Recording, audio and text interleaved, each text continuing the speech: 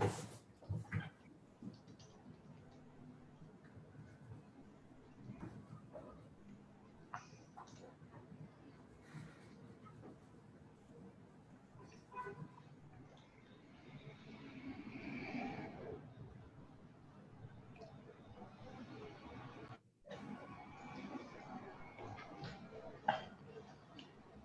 tarde.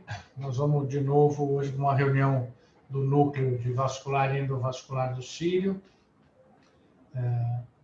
Eu convidei, os organizadores convidamos o Rodrigo Azambuja, que é um radiologista da nossa instituição, que cuida bastante dos exames de imagem por tomografia dos pacientes com patologias vasculares. Então, as angiotomografias basicamente passam por ele, a gente abusa demais dele para pedir dicas e interpretações, revisões de exame. E resolvi trazer um tópico que eu já vi em algumas discussões, que eu acho que é um tópico muito importante para a gente, que é os contrastes usados nos exames radiológicos de diagnóstico vascular, diagnóstico e segmento, que é uma coisa que hoje o cirurgião vascular não pode prescindir e que muitas vezes a gente deixa de pedir por um medo de que ele seja nefrotóxico, seja ele o gadolínio, seja ele o contraste iodado. Então, acho que algumas coisas a gente tem que rever, muitos conceitos começaram de um jeito, mudaram durante a nossa formação de uma forma muito gritante, né? No começo não pedia ressonância para todo mundo que era renal crônico, depois parou de poder pedir. Então, eu achei que era interessante que a gente revisse esses tópicos com alguém que está na lida disso no dia a dia, que gosta e conhece bem o assunto. Então, para isso, o Rodrigo Azambuja está aqui para ajudar a gente. A gente tem como debatedora a Liliana Secaf para conversar um pouquinho com a visão do nefrologista. Temos alguns radiologistas outros, tem o Antônio Sérgio também para debater, que é do ultrassom. Estou vendo que tem o Pedro Paniza, tem alguns outros radiologistas que vão entrar, o Carlos Ventura do Einstein, quer dizer, a gente vai ter algumas pessoas, eu convidei, não sei se elas vão poder estar aí, para dar palpite e discutir com a gente. Azambuja, se você quiser começar e dividir com a gente a sua tela. Tá bom.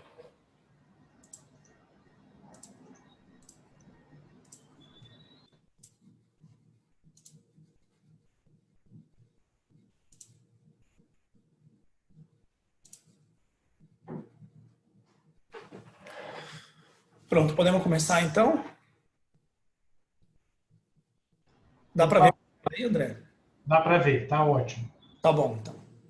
Bom, então, boa tarde, obrigado pelo convite, né, por participar dessa reunião. Eu vou começar aqui expondo o que a gente faz no dia a dia aqui da radiologia, né, o que a gente sabe sobre os contrastes, e depois a gente vai abrir para discussão, a gente vai discutir bastante, aí aproveitando a expertise da Liliana para conversar sobre a influência renal. Tá? Então, a aula é sobre contrastes em diagnósticos vasculares, né, mitos e verdades. Então, primeiro a gente tem que falar sobre segurança do contraste e qual contraste que a gente está usando. Então, quando a gente está falando em tomografia, raio-x contrastado ou exames e procedimentos intervencionistas vasculares, a gente está falando em iodo, contraste iodado. Né? Quando a gente está falando na ressonância magnética, a gente está pensando em gadolínio. Então, são esses dois contrastes, basicamente, que a gente usa para diagnóstico. Quando a gente está falando em contraste iodado, então essa imagem aqui é interessante, que mostra, quando a gente usa 100 ml de um contraste iodado concentrado, a quantidade de iodo que a gente efetivamente introduz no paciente, né? Então, são 37 gramas de iodo que vão para dentro do paciente, tá? Isso aqui é interessante para a gente ver os contrastes e a osmolaridade dos contrastes, né? E conforme eles foram se desenvolvendo ao longo do tempo, eles foram reduzindo cada vez mais a osmolaridade e a gente foi percebendo que cada vez, quanto menos osmolar esse contraste era, menos reação alérgica e reação nefrotóxica ele dava. Então, hoje em dia, a gente dá preferência para os contrastes isoosmolares ou então hipoosmolares em relação ao rim, tá? A osmolaridade renal. Tá? A temperatura da injeção do contraste também é um outro parâmetro que a gente usa. E se a gente se olhar na parte da viscosidade, principalmente, a viscosidade do contraste reduz muito quando a gente esquenta esse contraste. Então, quando ele é injetado numa temperatura da sala, e as salas de radiologia são frias por causa dos aparelhos, que eles precisam estar, eles produzem muito calor, então eles precisam estar resfriados por causa dos componentes elétricos. Então, a sala geralmente é muito fria. Se a gente deixar o contraste lá na sala, ele vai assumir uma temperatura que gira em torno de 20 a 25 graus da sala, e a gente vai injetar isso no paciente, a viscosidade desse contraste vai estar muito maior. A viscosidade é muito importante na relação de alergia. Então, quanto mais viscoso o contraste, maior reação alérgica a gente percebeu, mais reação alérgica ele dá. Então, esquentando esse contraste na temperatura do corpo, 37 graus, a gente diminui muito essa viscosidade e diminui as chances de ter reação alérgica. E isso também parece que influencia um pouco, a gente não sabe, a gente estuda muito, mas não sabe com certeza quais são os efeitos do contraste no túbulo renal, mas a viscosidade dele é um dos fatores que parece estar associado. Então, a gente reduzindo a viscosidade, a gente reduz, né, a chance de dar uma alteração, uma nefrotoxicidade. Tá? E aqui a osmolaridade, de novo, mostrando os diferentes contrastes e a sua osmolaridade com relação ao rim. Então, quando a gente está injetando contraste iodado, quando a gente está na tomografia, a gente tem uma preferência pelos contrastes não iônicos, que são os mais novos, mais modernos. Lá no começo, quando a gente começou, eram contrastes iônicos, e esses davam muito mais alteração, tanto alérgica quanto, né, no rim. Tá? E a gente dá preferência, como eu já falei, para os contrastes ismo-osmolares ou de baixa osmolaridade. Tá? Eu vou falar um pouco agora das reações adversas alérgicas, que acho que isso é importante, isso é o dia a dia do radiologista, isso é muito mais importante para a gente que está ali injetando contraste na hora, mas acho que para o cirurgião vascular também, no momento que ele está fazendo o procedimento intervencionista, ele usa, e para a gente saber como é que a gente vai lidar com uma reação alérgica ao contraste. Tá? Depois a gente vai falar especificamente da nefrotoxicidade. Então, as reações alérgicas elas são divididas em anafilactoides, que são doses independentes, então se tomar 10 ml ou tomar 100 ml, não faz muita diferença, que são as reações alérgicas likes, as reações alérgicas que o paciente tem na sala de exame geralmente. E as reações organotóxicas, que são dose dependentes, e um dos exemplos é a nefrotoxicidade ou a nefropatia induzida pelo contraste. Elas podem ser classificadas também de origem temporal, então as agudas até 1 hora após a realização do exame, algumas tardias de 3 até 72 horas após o exame, e as muito tardias, que são mais de 1 semana. Tá? Geralmente essas são as mais relacionadas ao rim, mas eventualmente tem alguns relatos de reações alérgicas mesmo no paciente mais tardias. Tá? Quais são os pacientes que têm risco aumentado de reação alérgica? Então, são aqueles pacientes que já tiveram uma reação alérgica ao contraste, eles aumentam em 5 vezes a chance de ter uma reação alérgica. Outras alergias, atopia, dermatite atópica, asma, um aumento de 2 a 3 vezes a chance de ter uma reação alérgica ao contraste iodado. Um mito, frutos do mar ou então iodo tópico não tem risco. Tá? A gente antes perguntava sempre se tinha alergia a frutos do mar, o paciente tinha alergia, porque frutos do mar tem muito iodo e isso pode dar alergia cruzada. Isso não existe, tá? Porque o paciente ele não desenvolve uma alergia ao iodo, ele desenvolve uma alergia a uma proteína que carrega o iodo. Então, do contraste, é o carregador do iodo que gera a reação alérgica. Tá? Então, outra coisa importante também, não existe risco cruzado entre gadolínio e iodo. Então, se o paciente é alérgico a iodo, não quer dizer que ele vai ser alérgico a gadolínio e vice-versa. Tá? E tem relatos de pacientes ansiosos que apresentam medo da injeção do contraste. Por incrível que pareça, esses pacientes têm mais chance de desenvolver uma reação alérgica, já foi testado em alguns estudos.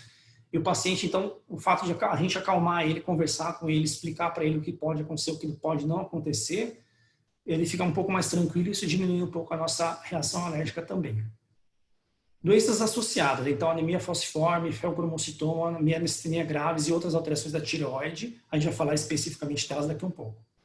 E a gente se preocupa mais quando o paciente está com uma tempestade tireotóxica ou então vai fazer um procedimento de radioterapia. Então, a gente dando uma carga de iodo, a gente pode influenciar nesse tratamento. Tá? Tratamento das reações alérgicas. Então, quando a gente tem uma reação leve em adultos, aqui no serviço, esse é o protocolo aqui do Sírio, tá? Mas ele está bem comparável aos protocolos dos guidelines, tanto americanos quanto europeus, para tratamento das reações alérgicas. Então, uma reação alérgica leve, só pequenas pápulas ou uma urticária muito leve em pequenas porções do corpo, a gente só dá o Allegra via oral, tá? A fexofenadina via oral, e observa o paciente até a melhora do quadro, tá? E aqui as doses para reações em crianças também, mesma medicação. Quando o paciente tem uma reação moderada, então tem um edema de face, um edema de mucosas, ou um eritema difuso no corpo, ou começa a sentir espirrar ou tossir um pouco, a gente já classifica essa reação como uma reação moderada e a gente já usa, né, o Benadryl e a hidrocortisona endovenosa. A gente aproveita que o paciente já está com acesso venoso e já utiliza isso. Se o paciente tiver um broncoespasmo muito acentuado, a gente pode associar uma inalação com formoterol, né, um Berotec, tá? E acionar o Código Vermelho também, que a gente tem aqui no hospital. A gente chama um médico do Código Vermelho que já está especializado nesse tipo de tratamento. E nas reações graves, então quando o paciente começa a ter sintomas de estridor laríngeo e falta de ar, a gente faz uso também do Benadryl, da hidrocortisona e a adrenalina, tá? Com injeção via intramuscular. A profilaxia para um paciente, então, que já teve uma reação alérgica ao contraste iodado.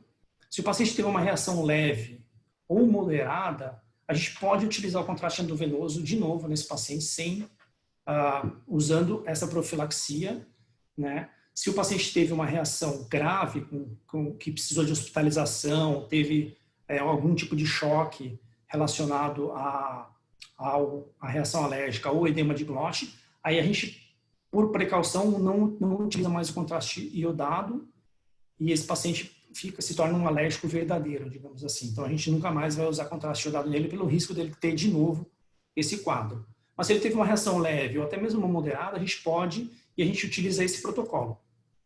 A gente faz um protocolo com prednisona via oral, 2 doses antes do exame, 1 dose 1 horinha antes, e depois Benadryl imediatamente antes da injeção do contraste endovenoso. Tá? Então ele começa o preparo em casa, termina no hospital, a gente faz o contraste e observa. Tá? Essa é uma dessensibilização eletiva, então o paciente vem de casa já com isso.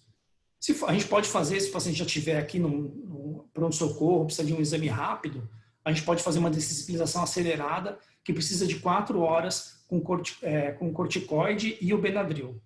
Tá? E na hora do exame a gente dá mais um pouco de corticoide para dessensibilizar. Esse foi um protocolo que foi debatido com os alergologistas do hospital e foi definido para a gente usar aqui nas dependências do hospital. Tá? As doenças associadas, então anemia falciforme, febromocytoma, miastenia graves. Muitos mitos surgiram com essas doenças que a gente poderia piorar, então criar uma falsização no paciente que tem anemia falciforme com a injeção do contraste, ou então ativar o feocromocitoma desse paciente e causar uma crise hipertensiva, piorar a miastenia graves. Isso ao longo do tempo, conforme a gente foi utilizando muito o contraste endovenoso, e hoje o contraste endovenoso a gente injeta quantidades enormes, né? Se a gente for pegar do ponto de vista global, e foi percebendo-se que não tem muita subsídio, a gente substrato, a gente não consegue provar que isso acontece. Tá? É claro que se o paciente estiver com uma miastenia graves em crise, né, ele já está com a crise de miastenia exacerbada, a gente vai preferir não fazer o contraste nesse momento, faz depois, quando ele estiver normal. Mas isso é uma contraindicação só relativa, não é uma contraindicação absoluta. A gente, quando o paciente está com tempestade tirotóxica, ou então ele vai fazer um procedimento de radioterapia, a gente daí não usa o contraste endovenoso, é uma contraindicação daí absoluta mesmo. A gente pode piorar a tempestade tirotóxica desse paciente. A metformina. Metformina antes da utilização do contraste endovenoso. Tá? Então, os protocolos, os guidelines, tanto americano quanto europeu, mostram que paciente que está tomando metformina, ele não tem um risco de ter uma nefropatia ao contraste mais acentuado. Existe um risco dele ter uma acidose lática, mas só se ele tiver injúria renal aguda. Então, paciente com estágio 4 ou 5, né? Então, ele tem o paciente tem uma doença crônica avançada ou então está com uma insuficiência renal muito aguda. Esses pacientes a gente tende a suspender a metformina antes. Fora disso, mesmo que o paciente tenha um déficit de função renal, mas esteja no estágio menos avançado, com clearance acima de 30, a gente não suspende mais a metformina para a realização dos nossos exames. Tá? Esses daqui são as recomendações. Então, se o paciente estiver com 30 ou mais no clearance estimado de creatinina, a gente não suspende a metformina. Se ele tiver com um estágio mais avançado e mesmo assim vai fazer algum tipo de procedimento, por exemplo, um cateterismo cardíaco, ou precisa fazer um procedimento vascular de urgência, aí sim, no ambiente hospitalar, se suspende a metformina nesses pacientes. Tá? Gestação e lactação, também uma dúvida que muitas vezes surge, o que a gente faz com o contraste. Então, na gravidez, se a gente tiver que fazer uma tomografia computadorizada, a gente tenta não irradiar, né, a mãe, muito menos o feto, nessa circunstância, mas em situações excepcionais, de precisa de um diagnóstico, a gente pode fazer a tomografia e pode utilizar o contraste endovenoso. Tá? Se a mãe grávida recebeu o contraste iodado durante a realização do exame, aí a gente tem que depois, quando essa criança nascer, checar a função tireoidiana nas primeiras semanas. Tá? O gadolínio é a mesma coisa. Tá? A gente não tem muitos estudos que mostram a segurança, mas também não tem estudos que mostram que não pode. Então, em situações excepcionais, quando a gente precisa, a gente utiliza. Tá? Tem que suspender a amamentação ou não, tem que colher leite antes ou não. Hoje os guidelines são bem tranquilos e falam que não tem nenhum tipo de problema. Então, pode amamentar tanto antes, durante ou depois da injeção do contraste endovenoso iodado e até mesmo do gadolínio. Tá? Não tem nenhum tipo de problema. E numa gestante, né, ou lactante que tem um comprometimento renal, a gente vai falar sobre a nefropatia depois e vamos falar das precauções com o contraste iodado, mas não precisa de nenhuma precaução adicional por conta do leite. Tá? E o gadolínio, a gente vai falar também depois, a gente não vai utilizar se tiver uma função renal menos do que 30 no clearance estimado. Tá?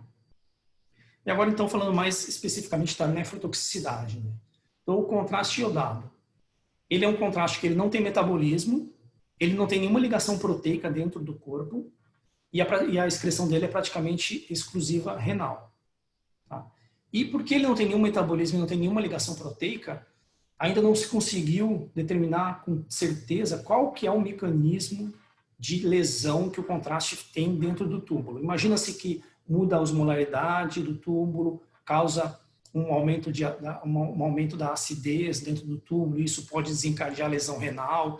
Pensa-se até na viscosidade, levando a microobstrução vascular, isso leva a uma isquemia e perda de néfrons, né, de túbulos e néfrons. Mas ainda na literatura a gente ainda não conseguiu determinar exatamente o que acontece ali na microvascularização do rim com o contraste iodado. Mas o fato é que existe uma alteração de função renal após a utilização de contraste endovenoso. E tenta-se usar hoje o termo de nefropatia induzida por contraste, porque é um comprometimento transitório que tende a se recuperar ao longo do tempo. Tá? E ela é definida como um aumento da creatinina sérica em 0,3 miligramas por decilitro, né, ou 26,5 micromol por litro. Tá? Ou um aumento de 1,5% a creatinina baseline desse paciente, num período de 48 a 72 horas depois da administração do contraste iodado endovenoso, seja ele intraarterial ou intravenoso. Esses daqui são artigos mais antigos, no começo, né, desse século, que mostram que deram uma grande popularidade para a nefrotoxicidade. Então, nesse momento aqui, por volta ali dos anos 2000, 2005, começou a ter um boom de nefrotoxicidade, porque os contrastes iodados começaram a ser utilizados de uma forma bem ampla em todo o mundo. Né? Então, quase todos os países do mundo já tinham acesso à tomografia e já começaram a utilizar contraste iodado de uma forma bem exuberante. E muitos artigos mostraram que começaram a induzir e introduzir essa nefrotoxicidade, essa alteração renal que se era observada nesses pacientes. Ao longo do tempo, como o André foi falando, ao longo do tempo a gente foi clareando um pouco mais a nossa visão sobre o contraste e percebendo que esses artigos clássicos tinham muitos fatores de confusão, eram pacientes que estavam internados, que foram submetidos a vários procedimentos, não só com contraste iodado, mas pacientes em UTI, que foram entubados, tiveram choque, e isso tudo contribui para um paciente ter uma lesão renal associada, né? Então, foi se percebendo que o contraste não era tão o vilão assim. Ele ajuda, ele é um componente, mas na verdade o paciente grave, aquele paciente que precisa de muitos exames, é esse cara que está sob risco de ter uma lesão renal associada. Esse é um artigo mais recente, de 2019, que saiu no New England, é uma revisão de todos esses artigos antigos e com os artigos mais novos. É uma leitura muito interessante para a gente clarear a nossa visão do que como está o contraste hoje em dia, né, na prática. Então ele mostra algumas meta-análises, então uma meta-análise com quase 26 mil pacientes, mostrando que eles receberam contraste endovenoso ou não, né, sem contraste, e a taxa de lesão renal, né, de deteriorização da função renal desses pacientes foi similar em dois grupos, né, um grande número de pacientes. Outras meta-análises mostraram que a subida, a alteração de creatinina em aumento de 50%, né, então da creatinina baseline aconteceu só em 1,2% dos pacientes que foram submetidos a alguns contrastes, uso de contraste endovenoso. E que nesse artigo, precisou de diálise, né? E outros estudos mostrando, então, um grande número com contraste endovenoso, a taxa de diálise, né? A gente está falando daí também de uma lesão muito séria, né? O paciente chega bem e precisa de diálise, é muito baixa, 0,3%. Esse mesmo artigo mostra que a gente pode utilizar alguns mecanismos para tentar estratificar os pacientes entre baixo e alto risco de desenvolver uma lesão renal associada e usar estratégias diferentes. Então, a gente determina se o paciente tem baixo risco ou alto risco e, assim, utiliza sempre contraste com baixa osmolaridade ou isosmolar, sempre tentar suspender drogas nefrotóxicas que possam estar associadas. Então, se o paciente estiver recebendo algum antihipertensivo que pode ter influência renal, a gente tenta suspender, na medida do possível, essas drogas. Tá? Quais são os pacientes que estão sob maior risco de desenvolver uma alteração da função renal relacionada ao contraste endovenoso? São aqueles pacientes que têm um clearance estimado menor de 45. Os Estados Unidos falam em pacientes acima de 60 anos, a União Europeia fala sobre pacientes acima de 70 anos, mas então, sim, um paciente mais idoso, né? Paciente que já tem alguma doença renal, então pacientes que estão em diálise, ou transplantado renal, fez alguma cirurgia que perdeu capacidade renal, né? Pacientes hipertensos em uso de medicação, pacientes diabéticos, pacientes que têm gota e aqueles pacientes que têm proteinúria. E, do ponto de vista prático, antes da realização do exame, então esses pacientes, a gente tem que obter a creatinina sérica desses pacientes. Os Estados Unidos é um pouco mais brando, então precisa de pelo menos uma creatinina ali nos últimos 30 dias. A União Europeia fala sobre 7 dias. Tá? E o importante para a prática nossa é que geralmente esses pacientes que têm decréscimo de função renal, eles geralmente já acompanham, ele sabe que tem a alteração da sua função. Então ele vai avisar para a gente que tem alteração de função e a gente vai daí colher, se ele não tiver o exame, a gente vai colher, checar e estratificar esse paciente. Se ele tiver alto risco, a gente vai preferir não utilizar o contraste endovenoso. Tá?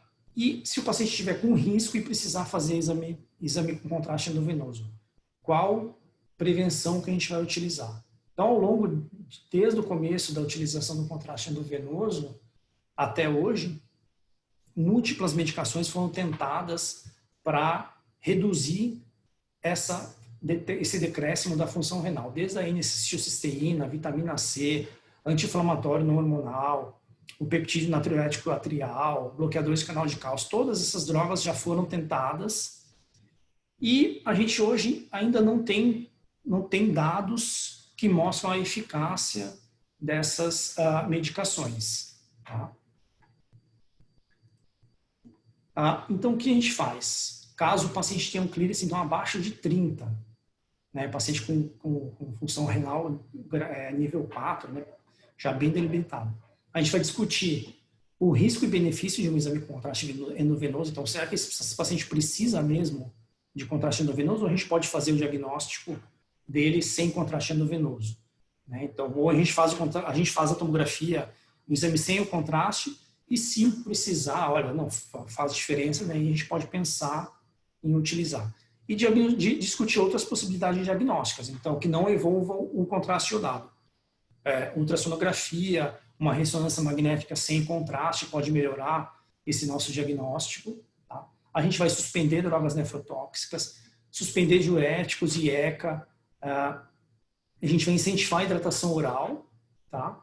E nenhuma outra profilaxia se mostrou, né, na literatura, e depois a Liliana vai comentar com a gente isso, se tem alguma outra profilaxia que no longo prazo se mostrou benéfica para esses pacientes. Né? E a hidratação endovenosa?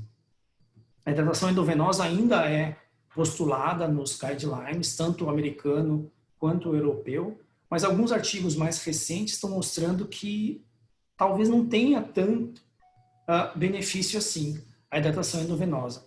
Esse é um estudo que chama Amundsen, que é bem interessante, foi realizado nos Países Baixos, com 660 pacientes. Tá? Eles tinham recrutado no começo mais de 1.000 pacientes, mas tiveram que excluir vários pacientes. Então foram 660 pacientes que foram realizar um contraste, foram realizar um procedimento com contraste ou intraarterial ou endovenoso, né?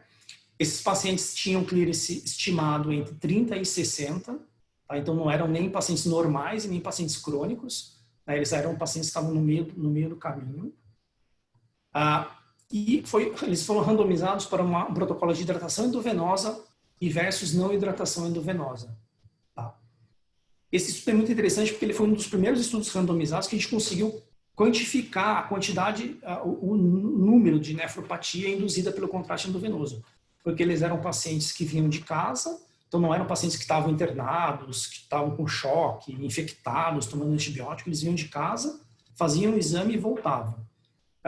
Foi colhida a creatinina baseline desses pacientes com 2 a 5 dias pós a injeção do contraste endovenoso e com 30 dias após a injeção do contraste endovenoso. E eles obtiveram 2,7% a taxa de nefropatia induzida pelo contraste que eles definiram como aumento de 25% da creatinina basal desses pacientes, ou então 0,5, aumento de 0,5 miligramas por decilitro.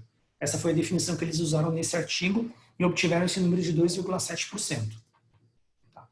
É interessante a gente ver a população desses pacientes, então, pacientes com diabetes, tá, um número bem grande de pacientes com diabetes, um número bem grande de pacientes com acima de 75 anos, quase 50% dos pacientes tinham mais que 75 anos, né, que utilizavam outras medicações que tinham doença cardiovascular conhecida já, mais provavelmente hipertensão, né?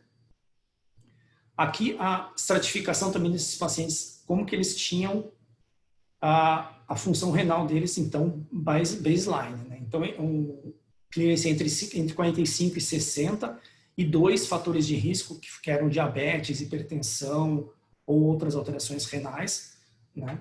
Nos 2 grupos com hidratação e sem hidratação, tá? E os pacientes que tinham, sem outras comorbidades, apenas diabetes, e os pacientes que tinham menos de 45 de clearance estimado de creatinina. Tá? E esses aqui foram, né, os grupos, então, estratificados como diabetes e a via de administração também, se foi intraarterial ou endovenosa. E aqui os dados da tabela desse artigo, mostrando, então, no grupo que recebeu hidratação e no grupo que não recebeu hidratação, a porcentagem, né, não deu um P estatisticamente significante, a porcentagem de nefropatia induzida pelo contraste. Tem outros aqui, um aumento de 10, né, no clear estimado desses pacientes, um aumento de 10. Teve um número um pouquinho maior no grupo de não hidratação, mas isso mostrou que foi revertido, né, após algum tempo. Tá? E esse estudo também mostrou que, então, mostrou que a hidratação endovenosa não era custo-efetiva para prevenir um decréscimo de função renal e, eventualmente, em alguns casos, podia ser maléfica, né, entre aspas, causando sintomas de insuficiência cardíaca em alguns pacientes. Então, 13 pacientes tiveram sintomas de insuficiência cardíaca que precisaram de tratamento após a hidratação endovenosa profilática.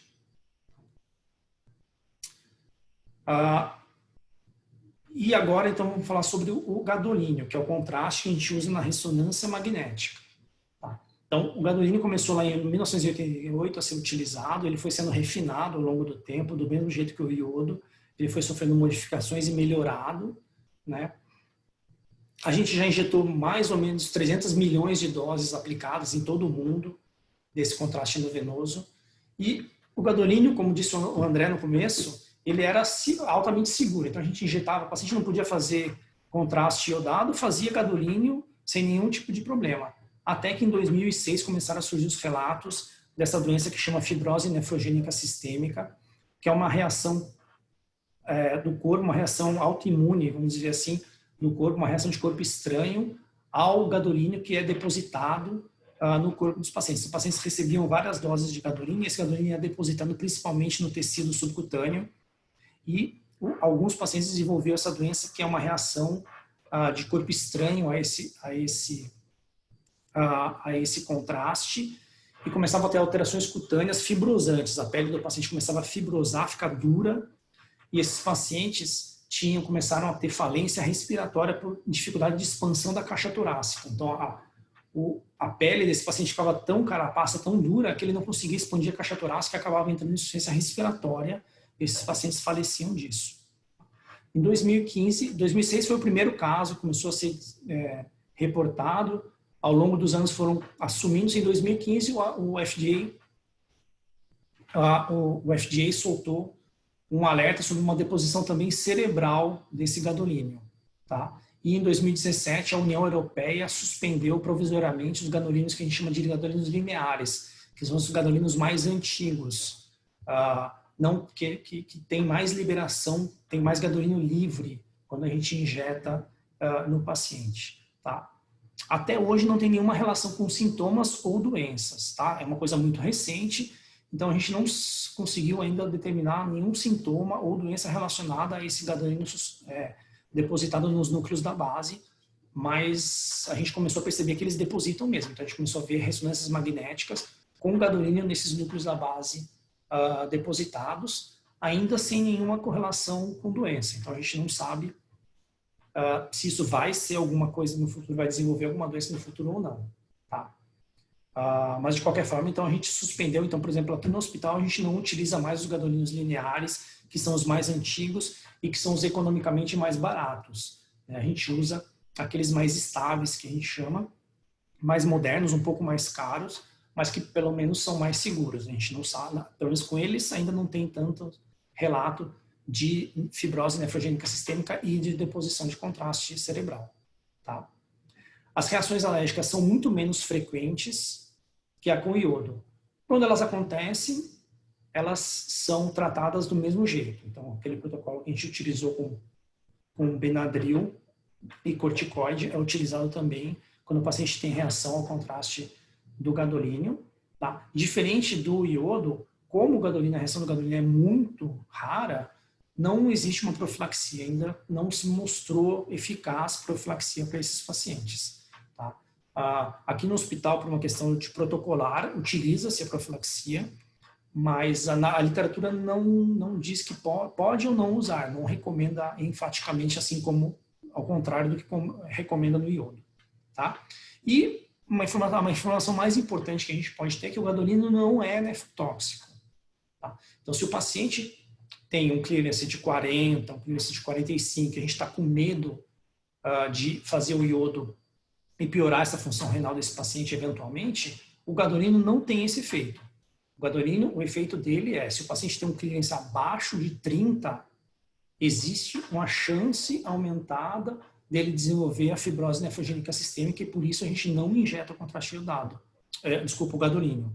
Mas não é porque ele é nefrotóxico, ele não tem ação renal, não foi até hoje reportada nenhuma alteração da função renal com utilização do gadolínio. Tá? Aqui a classificação molecular, então, né, os gadolínios lineares, que são os mais antigos, e os gadolínios macrocíclicos, que são os não lineares que a gente utiliza hoje em dia. Então, são os mais modernos, um pouco mais caros, mas que a gente dá preferência para eles, para evitar essas doenças. Tá? Então, e esse aqui é o guideline que a gente usa. Então, se o paciente não... o risco dele desenvolver fibrose nefrogênica sistêmica. O paciente ele não tem risco nenhum se ele tiver um clearance acima de 60. Teoricamente, pode-se utilizar qualquer contraste. Como eu já disse, aqui no hospital a gente só usa os macrocíclicos, até os mais modernos, mas você pode usar qualquer tipo de contraste. Se o paciente está com um clearance estimado entre 30 e 60, a gente é obrigatório, para o guideline, utilizar os contrastes mais estáveis, então esses que a gente utiliza aqui no hospital. E se o clearance estiver abaixo de 30, ou o paciente estiver em diálise, ou então ele estiver num evento de uma insuficiência renal aguda, a gente não utiliza o contraste gadolínio pela chance de desenvolver a fibrose nefrogênica sistêmica. Depois que esse guideline foi estabelecido e a gente começou a ponderar mais o uso ou não, caiu muito o número de casos, de reportes na literatura dessa fibrose nefrogênica sistêmica. Caiu muito. Então, a melhora dos contrastes e um uso mais racional deles diminuiu muito essa doença. Então, quando o cliente está abaixo de 30, a gente não usa contraste. E aqui, de novo, também os gadolínios que estão mais associados com a fibrose nefrogênica sistêmica, tá? E os que têm pouco, casos que são geralmente os macrocíclicos, que eu já tinha citado. Tá? Acho que era isso que eu queria falar para vocês, e agora a gente pode conversar aí com a Liliana para aprofundar mais no rim. Olá, estão me ouvindo? Estamos. Vou convidar a Liliana, talvez parar de dividir a tela agora, Zambuja, para aumentar os vídeos. Sim. Queria convidar a Liliana, que é do nosso núcleo de nefrologia e diálise, para conversar um pouquinho sobre a visão dela. Nós temos ela como debatedora, temos o Antônio Sérgio, que usa um outro tipo de contraste em outro exame, que é complementar, não é exatamente esse foco, mas é complementar às nossas investigações. Então, eu queria ouvir o parecer deles e depois a gente abrir para quem quiser perguntar na plateia. Vamos lá. Boa tarde, estão todos me ouvindo? Então, se conseguir aumentar um pouco, acho que melhora. Eu acho que eu estou no máximo aqui de volume, tá bom? Bom, queria agradecer, então, o André, esse convite e dizer o quanto eu estou feliz em ter uma radiologia que entende de nefropatia de contraste e que pode dividir conosco, então, todas as nossas angústias com conhecimento. O Azambuja fez uma explanação ótima. Eu queria só acrescentar, lembrar que a nefropatia induzida por contraste, ela pode ser tardia, né? Ela não precisa ser imediata o uso do contraste, então ela pode acontecer até uma semana após o uso do contraste, e que o volume urinário também entra nessa classificação como lesão renal aguda causada pelo contraste. Como ele disse, o contraste tem uma ação direta no túbulo renal, que é a ação que mais preocupa, mas nos nossos pacientes internados, a ação indireta, onde a hemodinâmica entra em jogo, então pacientes que estão chocados, pacientes em uso de drogas vasoativas, o contraste vai ter um efeito deletério mais acentuado do que num paciente que vem de casa fazer exame eletivamente. Então, lembrar um pouco disso. A outra coisa é o sítio do contraste, né? Ainda existe uma certa controvérsia, mas a gente tem visto que realmente contrastes para o sítio venoso são menos tóxicos para o rim do que o contraste no sítio arterial. e a quantidade do contraste também está relacionada com a lesão.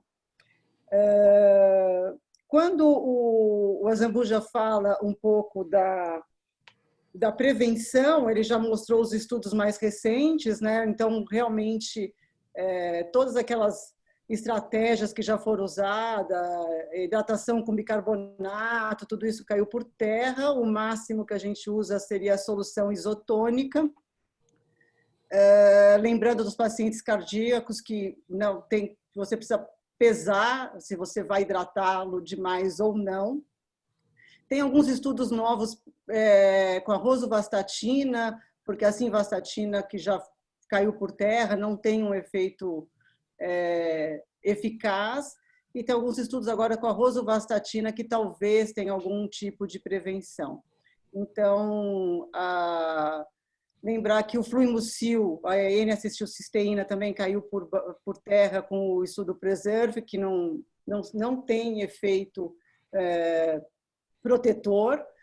Então, hoje o que a gente precisa pensar é muito mais uma discussão com a equipe vascular e a equipe de radiologia ou de oncologistas que estão pedindo os contrastes, custo-benefício, o que esse contraste vai trazer de informação e se realmente ele é fundamental para que seja utilizado, principalmente quando são exames repetidos, né? Quanto maior o uso do contraste com menor intervalo, pior é a lesão renal. Eu acho que para falar um pouco de contraste isotônico, era isso. E sobre gadolínio, isso está bem estabelecido na literatura, clearance menor do que 30 a gente não usa, então é uma recomendação de todos os guidelines, tanto de nefro como de radiologia, tanto americano quanto europeu. E quando eles falam assim, se você achar que precisa usar de qualquer jeito, você tem que dividir essa responsabilidade com a família, porque o paciente pode ter uma fibrose nefrogênica, que é uma doença dramática. Eu já vi 2 casos, e quem viu o paciente com isso é uma esclerodermia piorada. Então, a gente não tem utilizado, a nossa recomendação é sempre não usar. Mas a verdade é que com essa redução do uso com clearance menor do que 30, a gente não tem visto mais. Faz muitos anos que eu não vejo mais nenhum paciente, a literatura também fala sobre isso. A gente não tem visto mais pacientes com fibrose nefrogênica, né? Só o único adendo que eu quero fazer sobre isso é que os primeiros relatos, as Azambuja, são de 2000, tem uma publicação no Lancet com 14 pacientes, todos renais crônicos, todos usaram os gadolino com uma doença que eles na época não sabiam o que era. Então, sim, realmente é uma doença muito nova e que a gente ainda está tentando entender um pouquinho melhor. O trigger é a inflamação, né, do gadolínio num tecido inflamado. Muitos pacientes que fazem então uso desse exame estão inflamados, estão internados, e é por isso que a gente não recomenda mais o uso, como já foi, como o André disse, pode usar, tem insuficiência renal, que beleza, usa gadolínio à vontade, já não podemos mais. Então é isso. Eu queria agradecer. Bom, tenho, como eu disse, o Antônio Sérgio também para debater. É bom a gente sempre ouvir as opiniões, né, de pessoas que têm experiências e vivências muito diferentes, né? Como eu disse, a gente veio de uma época em que o contraste iodado era proscrito. Então, e o Azambuja deu uma aula brilhante, passou por uma série de questionamentos, tirando alguns mitos que a gente tem. Mas é um espaço que ainda vai permitir bastante discussão, né? Eu vou depois chamar algumas perguntas que eu mesmo tenho. Acho que aumentaram as minhas dúvidas numa série de coisas, mas se aumentar é porque a gente realmente está pensando e está arrumando soluções. O Antônio Sérgio, que está aqui com a gente, é quem faz os ultrassons com microbolhas, que é um outro tipo de contraste. Vai dividir a atenção dele com 2 outras pessoas que eu vi que estão na palestra, se puderem, o Ventura e o Chiri, que são radiologistas de primeiríssima linha que estão no Einstein e no Fleury, que é para quem a gente pede socorro várias vezes. Então, eu queria ouvir a opinião deles mesmo sobre isso e o papel que eles acham que a microbolha pode ter nessas situações.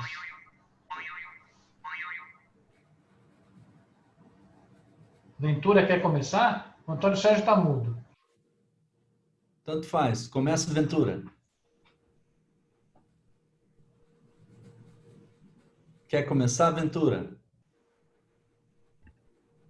Já disse alguém que essas aulas de Zoom é que nem sessão espírita, Opa, né? opa, Ventura desculpa. tá aí, fale alguma coisa. Eu tô aqui. Estão escutando? Você me ouve? Beleza. Sim. Vocês estão escutando aí? Sim. Ah, então tá bom. Bom, obrigado pela participação aí. É a primeira vez que eu consigo participar, a reunião de vocês. Todo mundo tem comentado que tem sido muito produtiva. Então eu falei, hoje eu vou tentar entrar. É um horário intermediário para mim e acabou dando. Bom, em relação ao contraste de microbolhas, como a própria literatura fala, né, tem vários estudos, praticamente não existe reação alérgica, né? Existem trabalhos mostrando que alguns pacientes, né, que foram a óbito eram pacientes graves, né, que estavam na UTI com outras comorbidades e não se chegou exatamente à conclusão de que foi o contraste de microbolhas que levou ao óbito do paciente.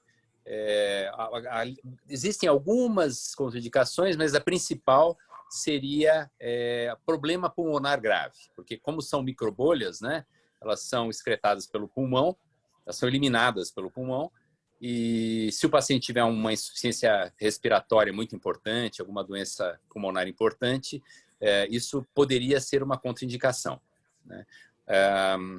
Para a macrocirculação, né, o Antônio Sérgio aí pode falar um pouco melhor sobre isso também, o contraste não tem tantas utilidades, né? Ele, como já foi discutido em reuniões anteriores, em aneurismas, né, correção de aneurismas com endoprótese, seria a grande indicação do contraste de microbolhas. Ele realmente faz diferença. Para outras alterações, já é um pouco discutível, né? Então, a própria pseudoclusão de carótidas, né, que inclusive minha tese de doutorado foi nisso, são muito poucas as indicações, né? Então, seria, se o paciente tem uma oclusão da carótida interna, por exemplo, pelo ultrassom com Doppler, na Europa, por exemplo, eles obrigatoriamente fazem um contraste, na maior parte dos países europeus, para ver se não existe uma pseudoclusão, né? Um fluxo filiforme, né, que o contraste conseguiria caracterizar, mas o Doppler colorido e o pulsado não, né? Na macrocirculação, essas seriam as principais indicações, né? O Antônio Sérgio ele fez, inclusive a tese de doutorado dele é na parte de transplante de pâncreas, né? Talvez ele possa falar um pouco mais sobre isso, mas realmente não existem muitas indicações do contraste de microbolhas, exceto essas duas que eu falei para vocês. Obrigado. Bom, concordo com o Ventura. Boa tarde, André. Obrigado pelo convite. Vendo aí o Chiri e o Ventura, que faz tempo que a gente não se vê. Concordo plenamente, essas são as situações relacionadas ao meio de contraste. O que colocou o contraste no black box do FDA no passado foram justamente esses óbitos aí relacionados a pacientes muito graves que fizeram estudos ultrassonográficos com microbolhas para analisar a perfusão de ventrículo, né, de parede ventricular, de ventrículo esquerdo. Então, a grande maioria não era nada relacionado a esse aspecto. Eram pacientes de extrema gravidade, com função cardíaca muito reduzida e tudo mais, além dos quadros hipertensivos pulmonares. Na macrocirculação, é o que o Ventura falou, né? O Ventura tem grande experiência aí com a carótida, com os endolix, que a gente vem fazendo bastante também, e se houver alguma outra aplicação, eu acho que é aquela discussão caso a caso, da gente ter o conhecimento do que é a microbolha, quais são as capacidades de avaliação e aonde a gente pode utilizar. Acho que uma grande aplicação aí, caso a caso, é nos pacientes graves, nos pacientes de UTI, na avaliação do possível infarto renal, numa trombose de veia renal, numa trombose de artéria renal daqueles pacientes graves, que pode ajudar, né, por inúmeros aspectos, e outras alterações de perfusão de órgãos, fígado, pâncreas e por aí vai. Não vejo outra grande aplicação, exceto essas, mas eventualmente cabe a discussão para a gente entender aonde pode ser usado. E eventualmente pode ser usado em algum caso específico de macrocirculação. É essa a minha opinião e basicamente isso. Obrigado, Antônio Sérgio. Não sei se o Chiri quer dar algum parecer, enquanto ele abriu o microfone. Só começar aqui. Acho que a Ventura cobriu a maior parte das questões em relação ao contraste, né? Acho que uma das minhas maiores dúvidas em relação ao contraste do ultrassom é qual meia-vida dele, quanto tempo, porque o ultrassom é aquela coisa, é um exame que você pode levar algum tempo, e se esse agente estiver circulando e ele for clareado, qual a janela que você tem para fazer o exame? Bom, vou responder, depois o Ventura vai também. O que a gente tem feito é o seguinte: cada ampola de contraste, ela tem aí basicamente de 4,5 a 5 ml depois de preparada.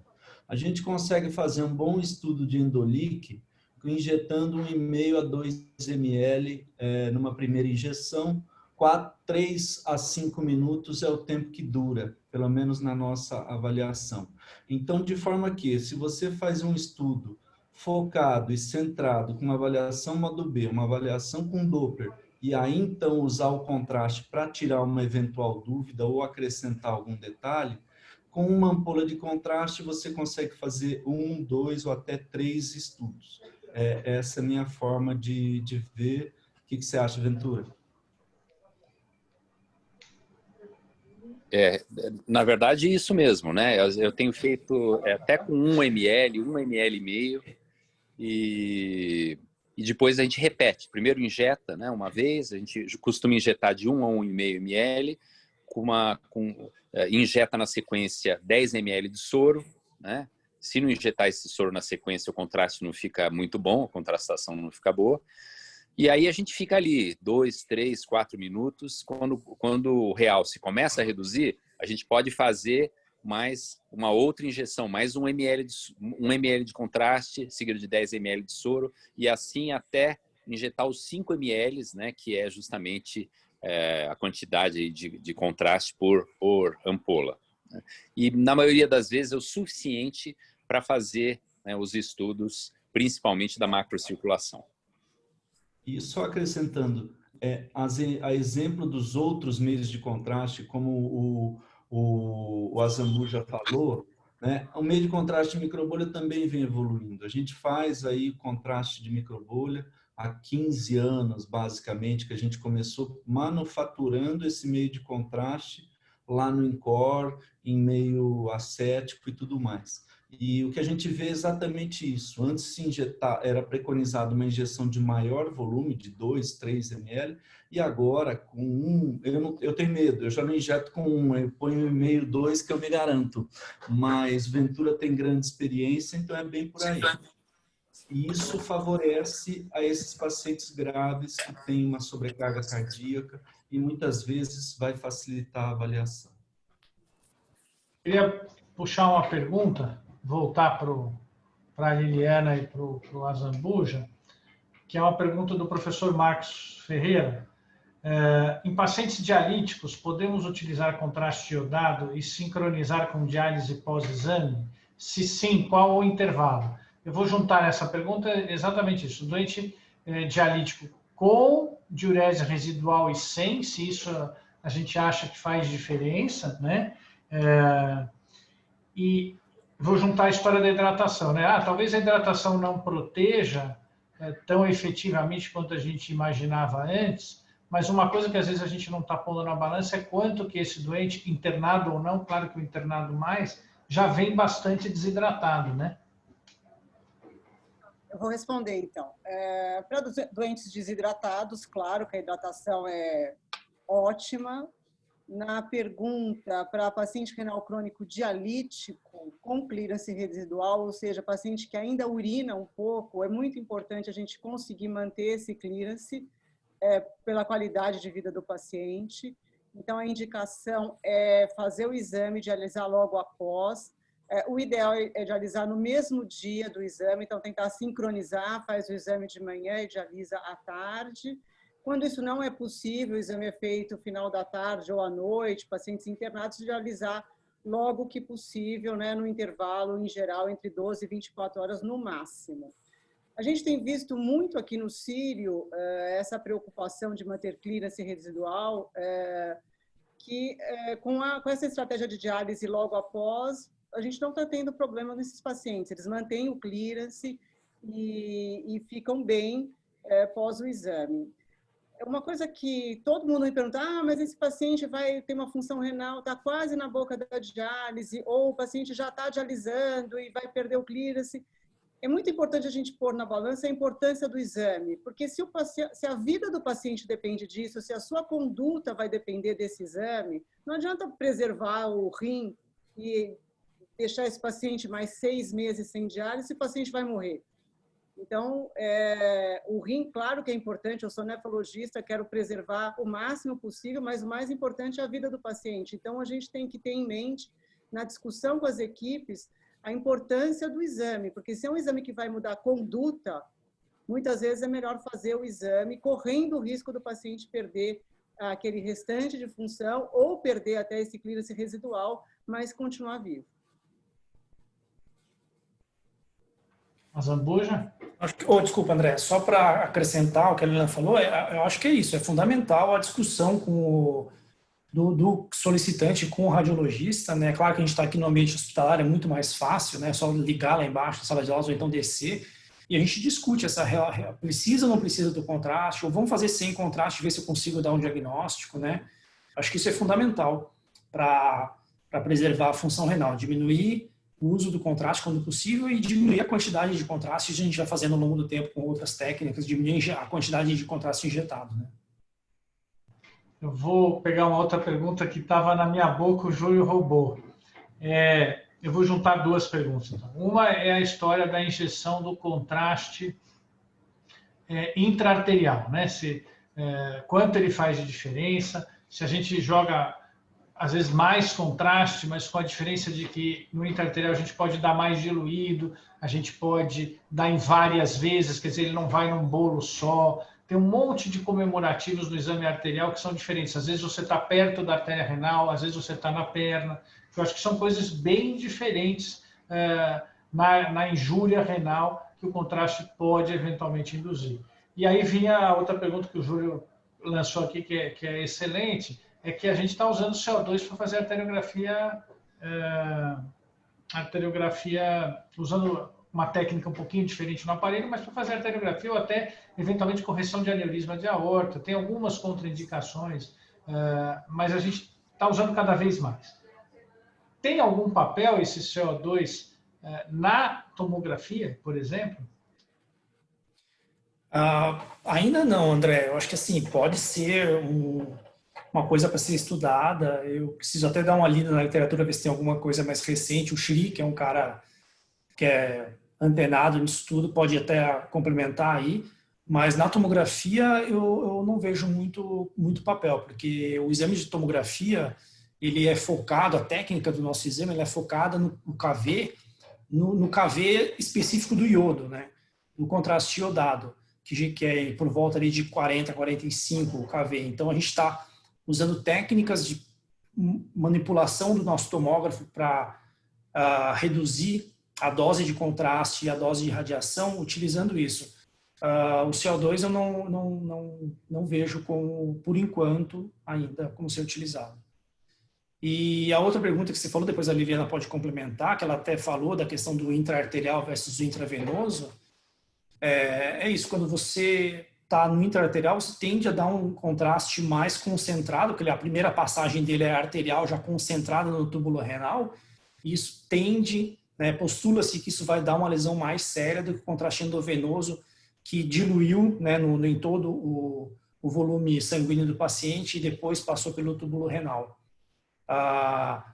Mas, e você falou de diluir o contraste, acho que diluir o contraste é uma técnica, você diminui essa concentração e diminui essa lesão renal, mas não adianta nada você diluir o contraste e no fim do seu exame você injetou lá dois tubos de contraste, injetou 200 ml de carga total.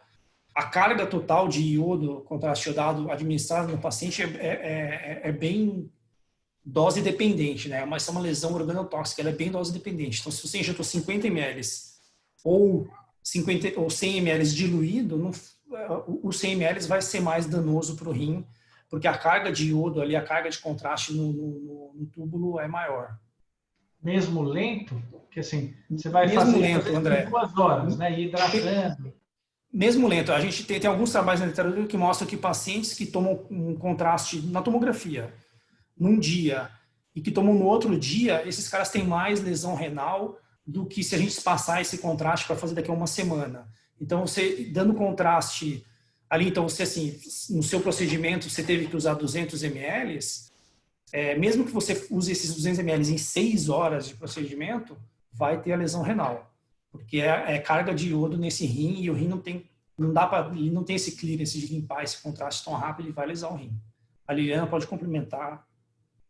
É exatamente isso, porque essa quantidade de contraste vai causar então a lesão direta no túbulo renal. É uma lesão que causa necrose da célula tubular com apoptose, então essas células caem, né, fecham o túbulo e é por isso que causa lesão. Então, quanto mais contraste, independente se ele for diluído ou não, pior é a lesão, né, e o sítio arterial, porque o rim vai filtrar isso quase que imediatamente. O contraste vai entrar na circulação renal de uma forma muito mais rápida do que você usar o contraste no sítio venoso. Então, por isso que a lesão arterial é sempre mais grave, mais rápida. Em geral, a gente observa isso após arteriografias e tal, as lesões são mais importantes. O Júlio está perguntando se há uma maneira de reduzir o volume de contraste na angiotomografia para estudar somente a circulação no membro inferior. Eu vou até adiantar um pouquinho.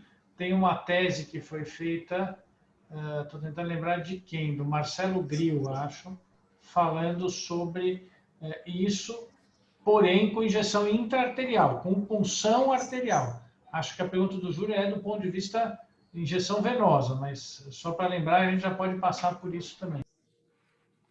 Hoje a gente tem os aparelhos mais modernos, então de vários espectros de energia, né? Então aqui no CIR a gente tem aparelhos que a gente consegue modular o KV do aparelho, diminuir muito para potencializar a avaliação do contraste. Então a gente consegue reduzir sim a dose de contraste endovenoso. Então hoje em dia a gente consegue fazer até uma avaliação de aorta total com 50 ml de contraste, o que antes era impensável, a gente fazia com 100 ml, 120. Então hoje em dia a gente consegue fazer isso. Do mesmo jeito para carótides, do mesmo jeito para membro superior, a gente pode reduzir. Sobre a tese, é isso. Assim, se você injetar intraarterial, você precisa de muito menos contraste. Mas eu acho que isso do ponto de vista de casos específicos, esporádicos, pode até ser utilizado caso a caso. Mas para a prática clínica não dá, né? Imagina funcionar todo paciente que vem fazer uma avaliação arterial, a gente puncionar uma artéria. Vocês que puncionam a artéria sabem das complicações de pseudoneurisma, de oclusão, de embolia distal. Então, assim, imagina um radiologista funcionando a artéria de paciente. Não vai dar certo isso aí, né? Essa é a minha opinião pessoal. Então, eu vejo muito a prática, porque a gente tem assim, um paciente atrás do outro, né? Um paciente está na sala, a gente já está pensando no próximo exame que vai fazer. Então, assim, mas eu acho que se você for um caso específico que você quer poupar contraste, fazer uma punção arterial, você consegue fazer um exame. O protocolo é completamente diferente, tem que ser um protocolo que tem que ser discutido ali com o radiologista na hora para a gente fazer essa avaliação. Mas assim, fora a injeção arterial, hoje em dia a gente já está tentando melhorar o protocolo cada vez mais. Eu sempre, quando eu dou aula sobre protocolos em radiologia, a gente fala que restringir o nosso estudo à pergunta do clínico, né? Então, assim, se o cara você quer saber como é que está como é que tá a artéria ulnar, eu não preciso fazer um exame para estudar a aorta. A gente vai só olhar a artéria ulnar. Então, o exame todo direcionado para a artéria ulnar. Com isso, a gente reduz dose de radiação e dose de contraste também. Vou juntar uma pergunta, né?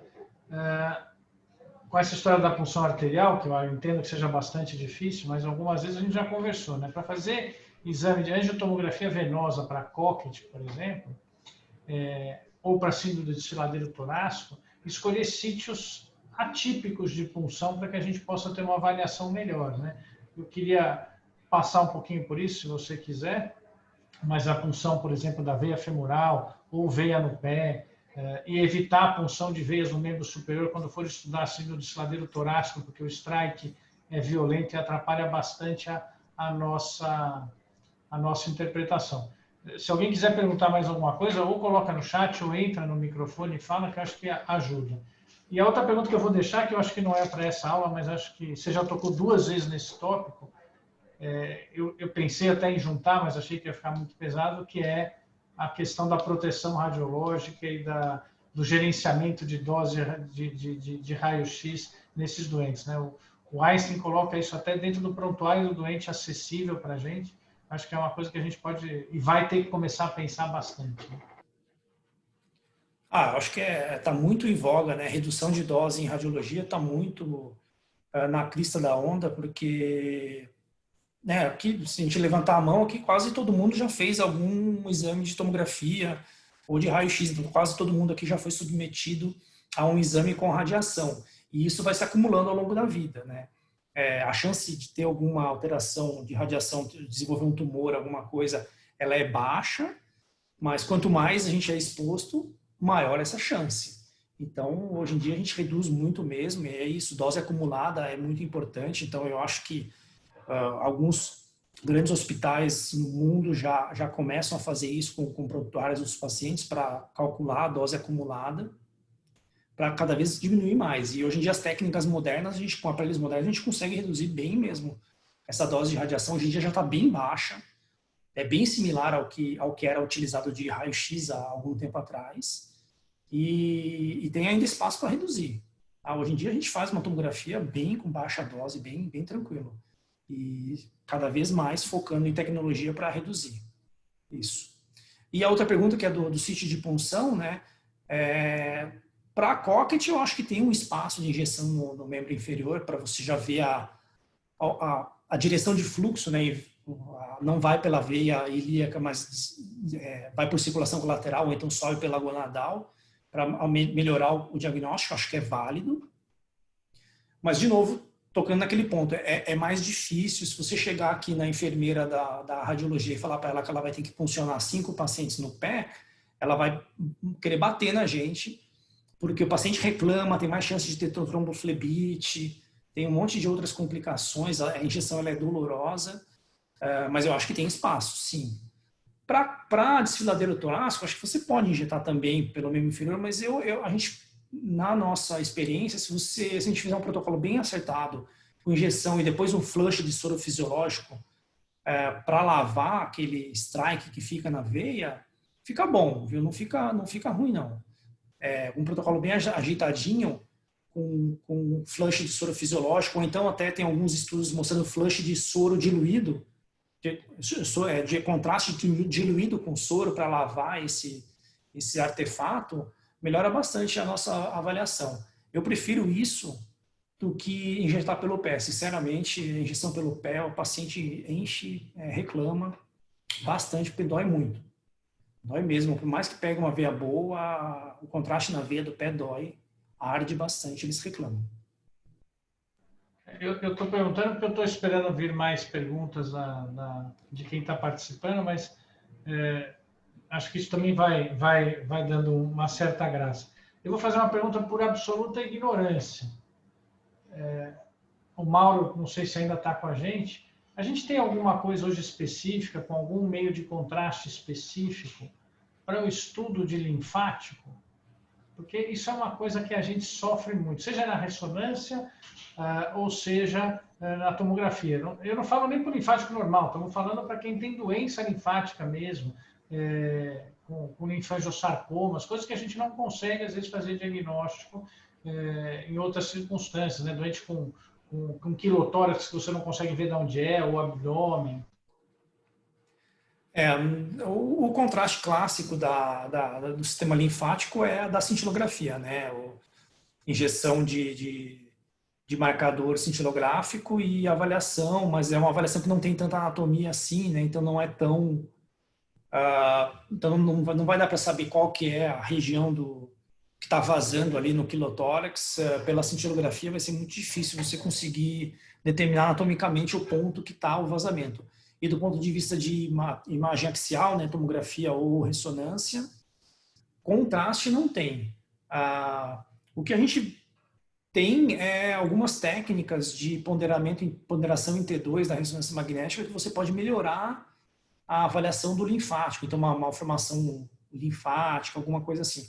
Mas fluxo linfático a gente não consegue pela ressonância ainda, né, do ponto de vista prático. Eventualmente experimental tem alguma coisa, mas prático ainda não.